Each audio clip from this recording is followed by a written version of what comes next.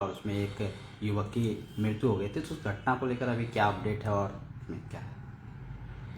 उस घटना जो 18-19 का इंटरवेनिंग नाइट को सेवक रोड का पानी टंकी मोड़ में एक इंसिडेंट हुआ था, जिसमें एक फुटेज सामने आया। उसमें ये दिखाई दे रहा था कि एक लड़का और एक लड़की रास्ते से बाएं तरफ से अपना पैदल धीरे धीरे आ रहा है, और उसके पीछे ऑल ऑफ ए सडन एक sedan kind of car high speed में आया और उसको ऊपर चढ़ा दिया और उनको खदेड़ के थोड़ी देर ले गए।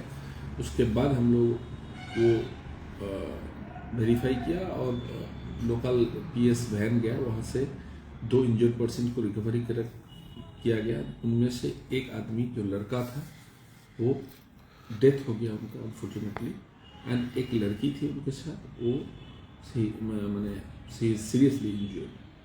फिर वो इंसिडेंट को हम लोग इन्वेस्टिगेशन शुरू किया। पहले एक रोड एक्सीडेंट केस हुआ था सिलीगुड़ी थाने में, फिर सीपी सर के डायरेक्शन में एज हम डीसीपी ट्रैफिक और डीसीपी सर राकेश सर और हम लोग का जो जोनल एसीपी ट्रैफिक और बाकी ओसी ट्रैफिक ओसी सबसे मिलकर हम लोग इन्वेस्टिगेशन शुरू किए और डिफरेंट एंगल्स को एक्सप्लोर करना शुरू किए।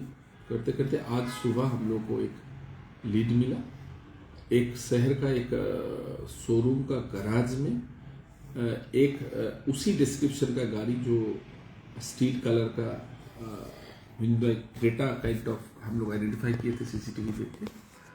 एक गाड़ी वहाँ पे हम लोग खबर मिला कि वहाँ पे गया है ठीक करवाने के लिए, मरम्मत करवाने के लिए। फिर हम लोग वहाँ पे गए, उस गाड़ी को देखा। देखने के बाद फिर वो सेम टू सेम गाड़ी ही था, और गाड़ी का जो बॉडी में जो ये हुआ था, क्रैक हुआ था या बॉडी में जो स्क्रैचेस हुआ था और जो गाड़ी का डैमेज हुआ था, उस इंसिडेंट के साथ एकदम मिलता जुलता था। और गाड़ी का जो उस गैराज में रिपोर्टिंग टाइम था वो 19 तारीख सुबह को था 8:55 को, और ये इंसिडेंट हुआ था 19 तारीख रात 12:35 पे।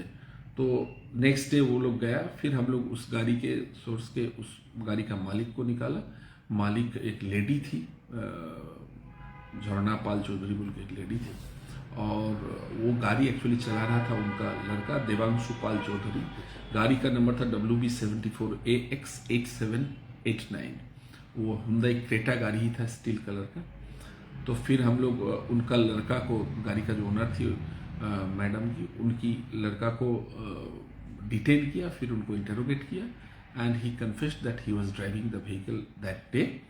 वो खुद चला रहे थे और उसी ने वो उसके हाथ ही वो एक्सीडेंट हुआ है, और फिर हम लोग उसको अरेस्ट किए। बाकी further legal proceedings as per law होगा। सर, अभी प्राथमिक तौर पे अभी क्या आप लोग को जानकारी मिल पाया कि वो शराब के नशे में था या नहीं? किसी तरह का कोई वो इन्वेस्टिगेशन चल रहा है। इन्वेस्टिगेशन चल। और सर, ये इस तरह की घटना को रोकने के लिए जिस प्रकार से ये रफ ड्राइविंग का घटना है, तो उसको लेकर आगे में दिन में आप लोग किस तरह का एक देना चाह रहे हैं कि लोगों को कि इस तरह का कोई दुर्घटना न करे दोबारा अगर करने का? देखिए, 2 चीज़ है, एक प्रिवेंटिव है और एक है डिटेक्शन। ये हम लोग का डिटेक्शन वाला पार्ट था। हम लोग डिटेक्ट कर लिए हैं, ऑफेंडिंग व्हीकल रिकवर हो चुका है और एक्यूज्ड अरेस्ट हो चुका है। अब आता है ये प्रिवेंटिव पार्ट के, हम लोग इस ऐसे घटना को घटने से फ्यूचर में कैसे रोक सकते हैं। तो इस मामले में हम लोग का ये है कि जो लास्ट फ्यू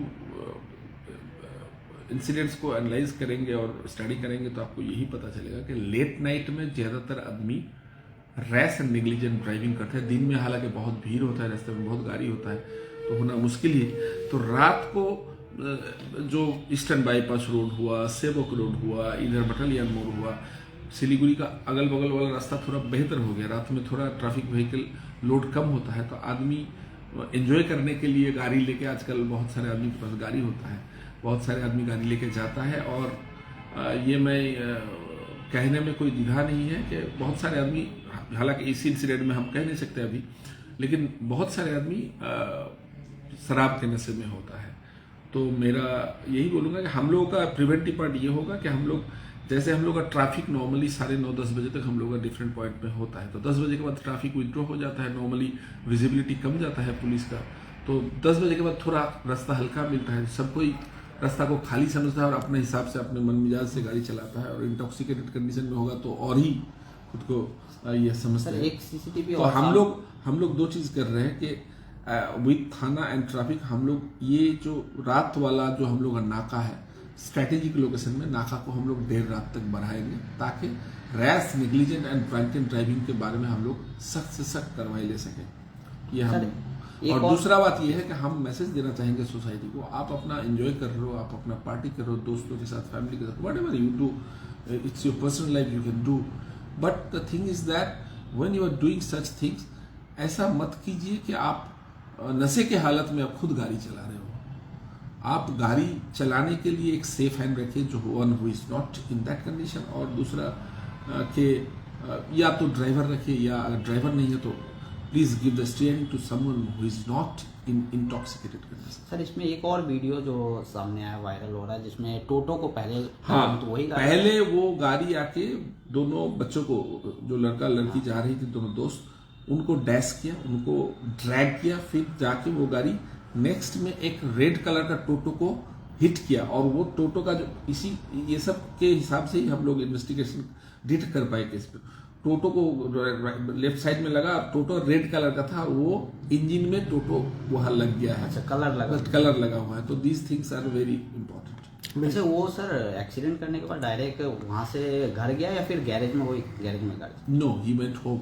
गैराज नेक्स्ट दिन सुबह 8:55 पे गया। सर तो क्या सिर्फ देवांशु पाल चौधरी के खिलाफ एक्शन होगा या फिर जो गाड़ी की ऑनर है उसके खिलाफ भी आप लोग कुछ एक्शन? वो एज पर लॉ देख रहा है थाना, तो that will be taken care. और गाड़ी में अकेले था क्या? प्रॉब्लम अकेले था, अभी तक तो जो पता चला है अकेले था। अच्छा, इस मैटर में सर फैमिली की तरफ से केस दर्ज किया गया या फिर पुलिस आप लोगों की तरफ से? फैमिली की तरफ से कंप्लेंट किया गया है, कल किया गया है।